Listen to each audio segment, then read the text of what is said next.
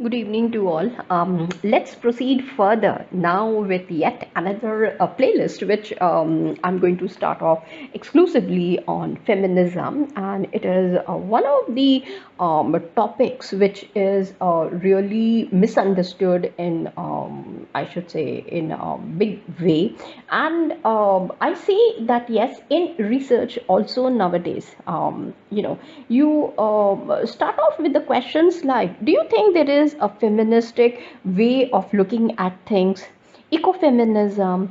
Now, if majority of the leadership should be more of females, or the feminist attributes should be present in the employees, or some kind of a caring philosophy has to be introduced among the employees as well as the leadership, so that there is an impact over certain things. There's so many things which are pertaining to feminism, and in different domains, the perspectives, the methodologies, the ideas, the way feminism has popularized itself is amazing, I should say. Now look, for instance, from your country. I would say India itself. I would, first of all, let me give you that part of it, that yes, feminism is not just the Western concept. Now, you will find feminism in India, and more than any other country, I think I focus more on feminism in my country, and especially, I'm labeled as a traditional feminist rather than the contemporary one.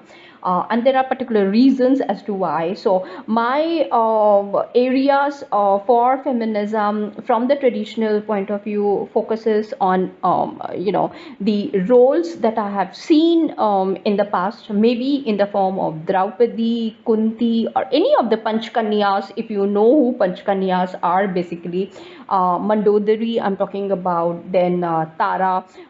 There are those Panchakanyas that one can look at it. Then Draupadi, I said. Then if you have read Amish Tripathi's book on Sita, now, the Sita that I had the concept of Sita herself as a devoted wife or as a loving mother was totally, completely changed after I read the book written by Amish Tripathi on Sita.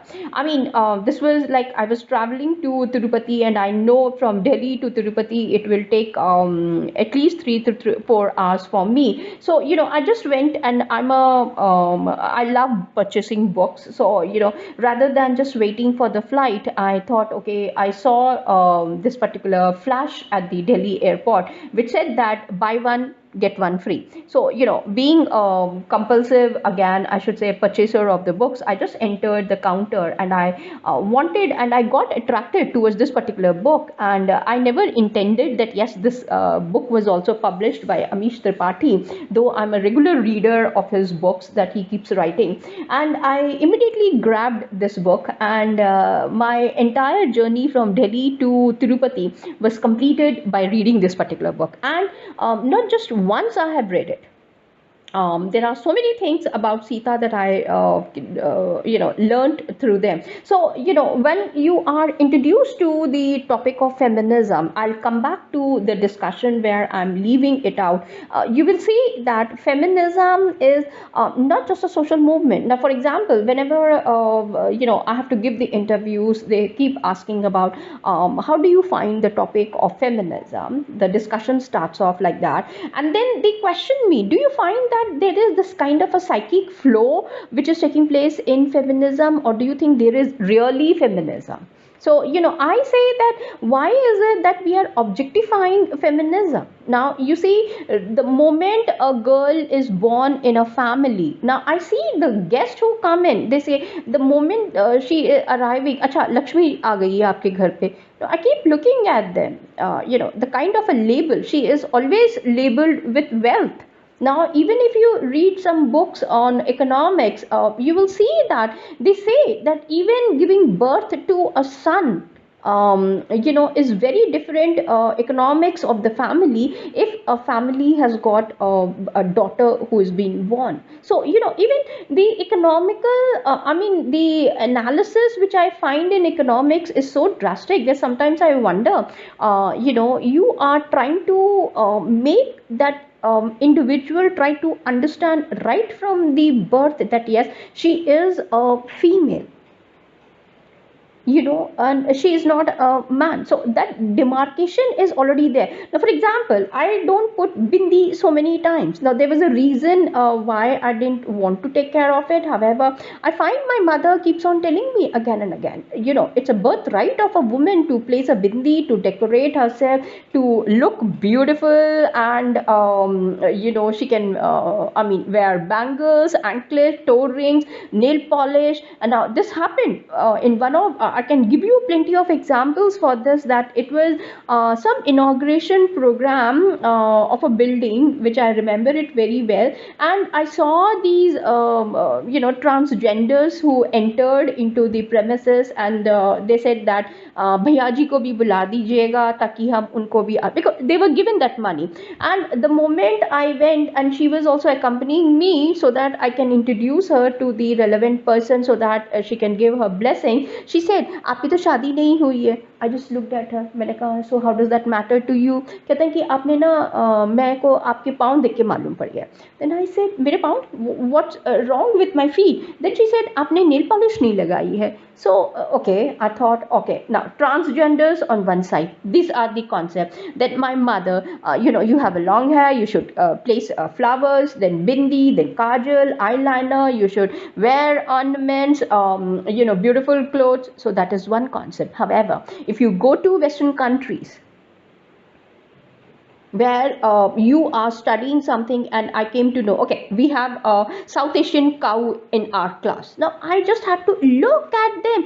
What do they mean by saying a South Asian cow? Now the concept and the South Asian cow has been identified with an Indian female. Now I was surprised. Now I said, can you please elaborate what exactly do you mean by that? They say that we have seen cows being decorated in South India with kind of a thing. So every Indian female whosoever is there, she is recognized as a South Asian cow. Now I was amazed. It's a very different kind of a things taking place across the globe. So you can see the different ways in which a female is there. Then you can watch when a baby girl is born, the whole house is flooded with kitchen set, dining table, then she has the dinner set, Barbie doll, or a doll which keeps she has that nipple in her mouth, and when you take out that nipple, she keeps saying mama mama. Now I was wondering, what are you trying to do to that particular child? Are you preparing her that yes, see, in future you need to know all these things, or are you trying to inculcate those values in her? Now I'm not able to understand these things at all. So one has to see how the things are being prepared for her. Now, even when you look at a young mother, there are certain other cases. So you will see that feminism,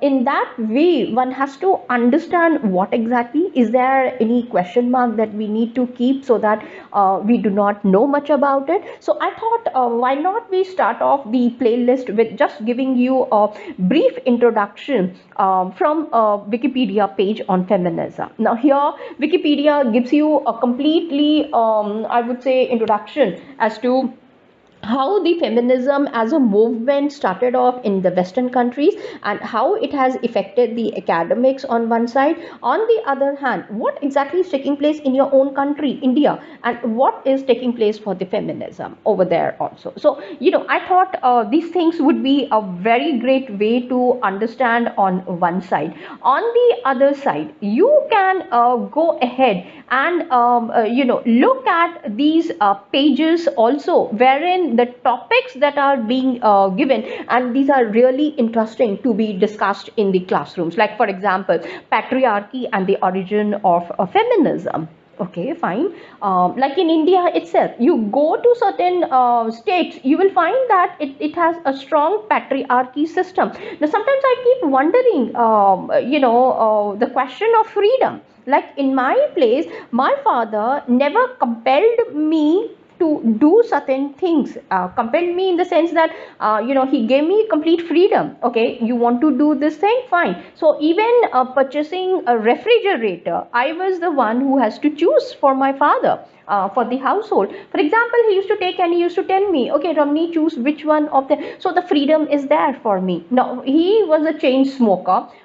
Then and then he had to consume alcohol because of his demand on the I would say job. And then he made me understand, fine, if you are going to abroad for your higher studies, be very careful that yes, I'm giving you the complete freedom. However, you have seen me and the society how the suffering is taking place. So within that freedom, I could not go ahead and smoke, I could not go ahead and consume the alcohol and everything. However, I find certain sections of the society, maybe the young college students, or you can say the young girls who are born and brought up in those conservative and traditional societies, and how the things are taking place. Like for example, when I was going abroad for my higher studies, I should say, my father said, see Ramani, I want you to remember one thing. I just looked at him and he said, what? And he said that you can marry any person in this world, I won't stop you. However, no Christian and no Muslim.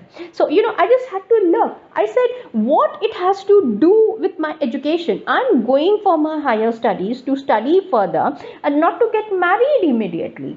Now, I couldn't understand that psyche, how the things are taking place for the entire thing. So tomorrow, if something is taking, so why I'm sharing is all these things is that the matriarchal society, where the mothers are the one, like for example, my complete name is Ramani Swarna. Now, Swarna is my mother's name, not my father's name. So, I'm that lucky and fortunate child, I would say that yes, who had acquired her mother's name as a last name, as a surname, rather than my father's name. So, how these things are there and how it impacts you, what is it, and how to carry forward are the certain things that you need to understand when you're talking about feminism. So, the first topic that we can focus upon is patriarchy and the origin of feminism.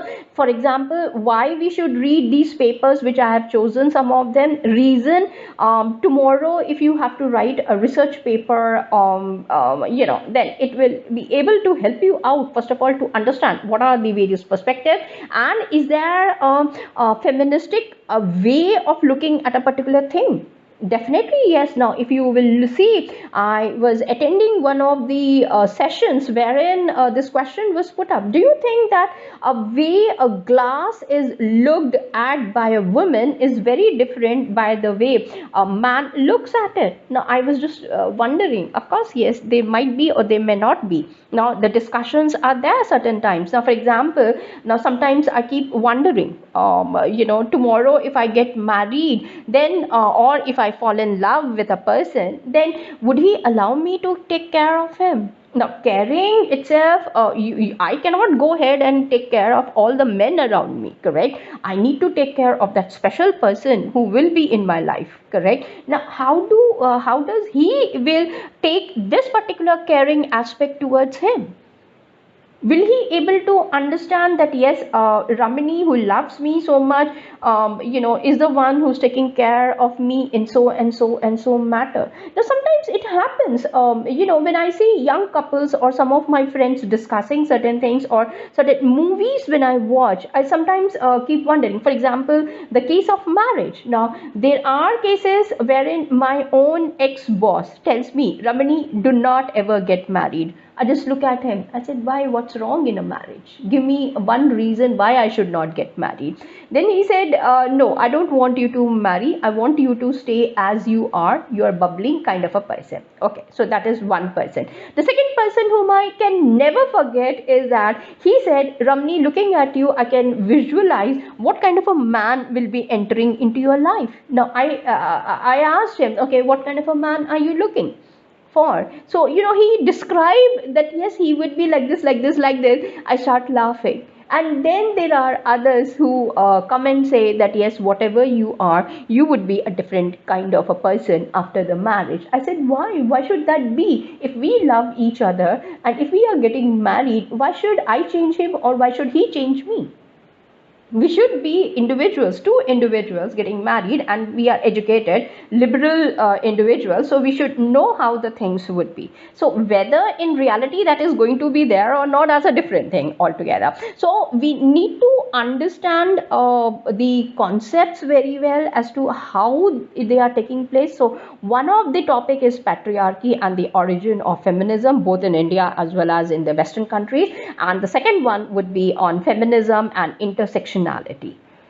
When we are talking about intersectionality, now it looks, for example, here, when I visited Goa, when I was working for Country Club, I remember it very well. The person told me that, you see, you can differentiate the women out over here. I said, how? So the person told me that if you find the girl to be chirping, a good conversationalist, try to understand that she is a Catholic or a Christian.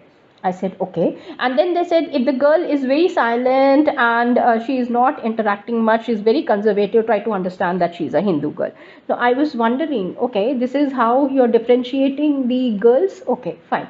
Then if you go to the other places, especially in Islamic countries, I know that if you visit Dubai, you will see that earlier when I used to visit Dubai, the women never went to the shop to purchase their undergarments. They never used to do it openly. They used to feel very shy. They say that this is against our modesty. Okay. However, now if you visit Dubai, you will see at least three-storied mall kind of a thing, and where the entire exhibition is there, and all women are there, and they are purchasing. They've got the liberty. I remember it very well. There was this particular company, Zivame, and it's an undergarment company, wherein they had this thing whether they should open their business in Afghanistan. And there was one more company. I said, how can you even think of? And then they sent their research team, and once they came back, they showcased the documents and everything. And looking at it, I said, oh my god, this would be a drastic kind of a business, so please don't even think about opening a outlet, a single outlet I'm talking. So there was a lot of discussions that took place, and then they wanted to let their marketing team stay in Afghanistan for 1 year to understand how the things are taking place with those women and how do they go ahead with it. So you have got completely a different scenario for the Islamic feminism altogether. So this is one of the papers that has been selected to be studied and to understand. Now if you look at the third part, there you will see that yes, there is a lot of difference in the manner the body and gender has come up now, especially by Martha Nussbaum. Objectification. Now this the popular song from the Bollywood, "Tu cheej badi hai mast mast." Now look at that. What is that cheese? It is the object. So the entire country had to move against that particular song and say that no, this cannot be the one. Yeah, there are other songs also in the pipeline that you can have a look at. And the latest one that I find in South India is Mahesh Babu's movie, and wherein Sadiledu Ni Keveru. So if you know a little bit of Andhra movies, and if you know who Mahesh Babu is, if you look at a particular song, Mind Blown, Mind Blow, it's a very popular song. And if you look at the lyrics, I just was thinking, there has to be a height of objectification, and it is not just for the women, however, even for the male. You're not supposed to say it is just for this one. So that is another one. The other thing that I really like with Ruth Vanita is this particular paper. The self is not gendered. Now, you see, they went at the level of the metaphysics to understand, to make you understand that yes, the self is not gendered. What is Sulabha's debate with King Janaka? Or even if you go ahead with Shiv Puran, wherein goddess Parvati Ma had to go ahead with some of her responsibilities towards the nature, and she says, no, my duties are confined to my three children, that is two sons and one of her daughters, Ashok Sundari. Then at that time, Lord Shiva makes her realize it. See, Parvati, you should understand that you are a Jagat Janani. So, you have got more responsibilities towards other beings only, and not just, no, that's a very powerful statement and a great learning for all of us, that yes, please do not confine yourself to just to your own kids. You have to know what motherhood is and have those kind of caring feelings, not just limited to your children, however, to the other children also. So that's another thing. Women in environment, Vandana Shiva has written a lot on ecofeminism, and this is something that I really love as a topic also. As an environmentalist also, I should say that it has got, and she has really done a tremendous work. Beena Agarwal, the gender and the environmental debate lessons from India. I mean, if you really are keen to know about the Indian feministic views, these are the two ones. So this is something that I saw, and I thought, however, we are not supposed to get limited to these things only. There are other topics also which I usually find it out that yes, it has to be understood and to be shared with the younger generation, so that they know what is the status right now at the country and how to understand those things also. Now, for example, if you ask me and tell me that, Ramani, are you going to support what do you call it as the post-colonial feminism? If you know a little bit about the post-colonialism, you will understand that yes, there had been a lot of changes. Now, for example, a lot of prostitution was there. Devdasi system was also present. Then, if you look about multiple marriages, now if you study very carefully and interview or meet certain women belonging to the time period of 1920 till 19 I would say late 70s, you will find that the kind of marriages, the kind of love stories, partition love stories, if you are looking at it, you will find that yes, there had been a tremendous changes in those things, especially at the time of the partition. Now you can go ahead and you can look partition between India and Pakistan. Number one, the love stories have been there into a lot, and the manner they had been portrayed or discussed is very different kind of a thing. So you will be seeing that yes, all these kind of stuff are there for us, and we need to understand and to find out as to what exactly are the changes that are taking place. Now, for example, look at Bahubali.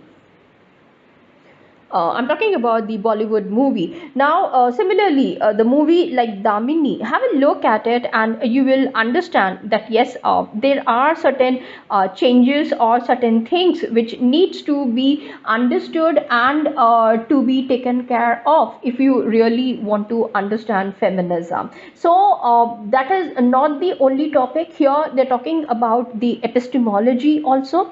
Anderson Elizabeth, Feminist Epistemology, an interpretation and a defense of it. Then Moira Gatton's, this is another one, feminist critique of philosophy. That is something else that they have taken care of. Body and gender, this has a lot of things to do it. Now, including look at your own homes. Now, if I want to cut off my hair and I want to go for a bobbed hair, now I know my father will hate it, and he immediately says that don't give me that Christian look. I just keep looking at him. Now, how does bobbed hair have to do with the religion? So, they prefer long hair. No, don't cut it. Whatever it is, you need to keep it. Now, these are certain things that we will look up. Life as we have known it. Feminism and Biology by Linda Burke. We will see more about the discussion on this also. Vanita Root, I've already said, and I'll be focusing on that. Women, Society and Environment. Uma Chakravarti's paper, Whatever Happened to the Vedic Dasi.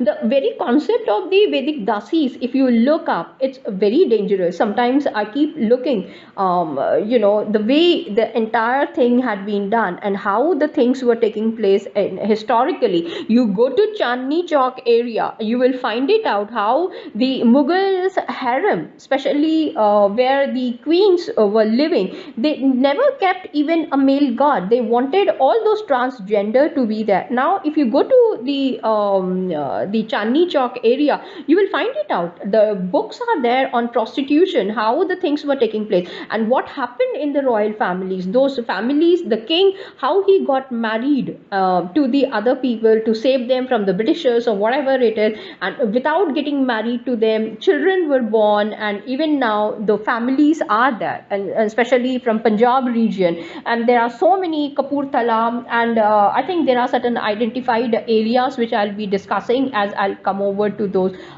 papers completely. Then comes Lila Abu Lugods. Do Muslim women really need saving? So that is, in India, I know, however, if you look at certain books which have been written by Taslima and all those, what is happening in the mosque and how the things are taking place, sometimes when you read those things, it's very dangerous. Now, similarly, Bangladesh and India, when they had the partition, what happened to the Bangladeshi women? That itself is a heroic, it's a horror kind of a thing when you can see the kind of exploitation the women and the animals had to go through. So, especially when I visit Amritsar and I keep looking at the partition museum. Now, whenever I feel a little bit upset or something, I prefer to go away to Amritsar and I visit this place, partition museum, and even if you look at those photographs very closely, you will see that it's not just the women or the children or the men who have suffered.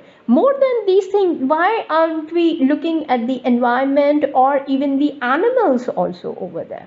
Now, it sometimes pinches me that yes, nobody is there to talk about those animals when those animals as pets were left in Pakistan, when Indians came over here, and the same thing when Muslims went over from India to Pakistan also side by side. So, these kind of a thing sometimes really are too dangerous to understand and to find out what exactly the things are taking place. Now, I'm looking for my favorite book actually, and that is by Simone de Beauvoir, which I would be picking up definitely, and a few topics are there which I have to discuss from that book also side by side. So these are the certain things which I'll be focusing apart from ecofeminism or the feminism things that I really wanted to go ahead. So this is the short things that I wanted to share so that I can proceed further with the topic and share the information that we have got on feminism.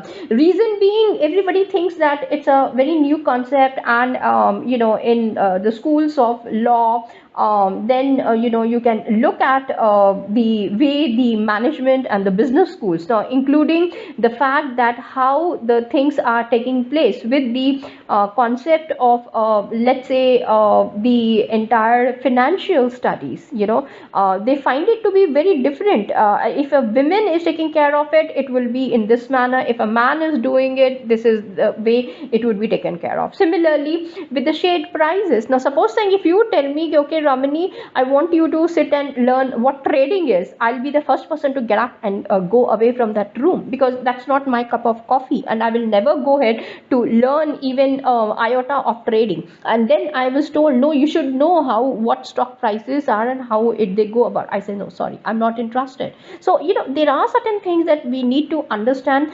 Therefore feminism as a study, if it is entering into the schools of the business studies as well as the management, we need to understand as to how the things are coming in, and then go ahead with those things. That's a hot topic, in fact, more in the business studies, and we will see looking at different schools and how the things are coming in.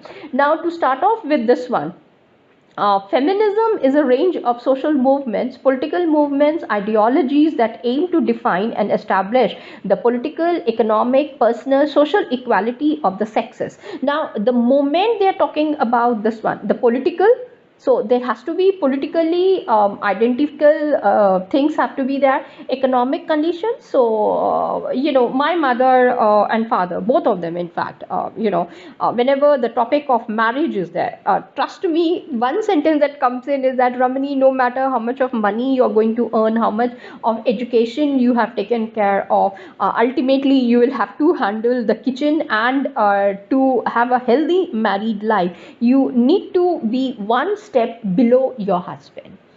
Now, whenever I hear, why is it that we are talking about all these things? These things, definitely, if you are a flexible kind of a person who is able to adjust a lot, do you think that these things really matter to us? And the after surveying little bit of the society around us, we do find that yes, certain cases are there, and one has to take life with a pinch of salt also. So economic conditions, I told you one that yes, economically it was discussed in one of the scenarios in a textbook only. The family wherein boys are born, the male child is born, and the family wherein the girl child is born, and they say that even the marriage between a man and a woman is understood in this manner. And how is it? And it has been given in one of the dialogues of the Plato, wherein he says that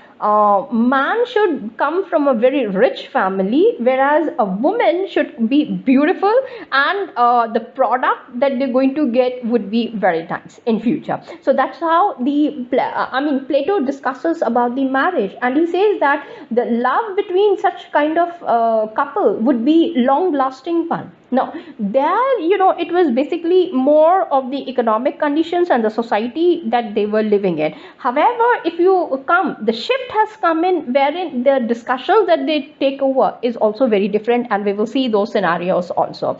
Personal, definitely yes. Now my views about marriage right from the childhood, I used to consider the society of the marriage or the school of marriage as an institute with a lot of epitome and a lot of respect, that yes, I should get married, and my life would be like this, my family would be like this, because I always had that vision that yes, I should get married to a man who has got a brother or a sister, and when I entered into the house, then my mom-in-law should be my best friend, or my sister-in-law should be my best friend, and we are looking after each other, and it's not just another person entering into their life. Basically, they should consider me as part of their family. Then we should be able to give them, accommodate whatever it is for the family, and then both of us have to think about ourselves in the end. So when I think about such things, and yes, he should give me that leverage that yes, I'm his wife, and a lot of caring. So the things which take place, that those are the values that we think about in the personal life. Now when you are discussing amongst your neighbors, when you sit among themselves, and you will try to understand what kind of a discussions are taking place, and how the personal life is also there, and in what manner they are trying to adjust and to go ahead to keep the marriage to be a successful institute again. So ideologies, like for example, when I see the tarot cards, now somehow I got bumped into this thing, and sometimes tarot cards gives you this leverage to understand that yes, now today you have got the most romantic card in your life, that the situation, now the situation and the event describes everything, that yes, you're going to meet a man, and he's going to propose you, he's very hardworking, and he may not be the 100 out of 100 kind of a guy, however he will be taking care of it, this year you'll be getting married, and immediately blah blah blah blah blah. Now the thing why I'm sharing all these things is that you are part of that particular society. You cannot leave away these things. Now astrology, you look at it, it gives you the same thing. Numerology, it is that you look at it, and then you will find it out as to how they are looking at certain things. Religion, you look at the scriptures which are available, how the things have been described for a female god as compared to a male god. So the things are there. The social equality, the question arises, do I have, like my maid who comes to my place, she is working in 10 houses, jhadu pocha bartan, and in some places she is also cooking. So as a earner, she said, one day she said, so I asked her, so auntie, are you going back home, because I wanted her to get something. Then she said, नहीं दीदी, मैं तो अभी घर नहीं जाऊंगी क्योंकि मेरा खाना मेरा बेटा लेके आएगा. And she was very proudly she was telling to me. I just looked at her and she gave me a nice smile on her face. कहते कि मेरा पति सिक्योरिटी गार्ड का काम करता है, अगर वो सिक्योरिटी गार्ड का काम करता है उसका खाना यहाँ तक आ सकता है, मैं भी तो काम कर रही हूँ ना, तो मेरा खाना भी आना चाहिए. I just looked at her. So you can see how the shifts, the paradigm shifts are coming into the society wherein they're talking about the social equality. Now the condition takes place that is it really so in each and every field?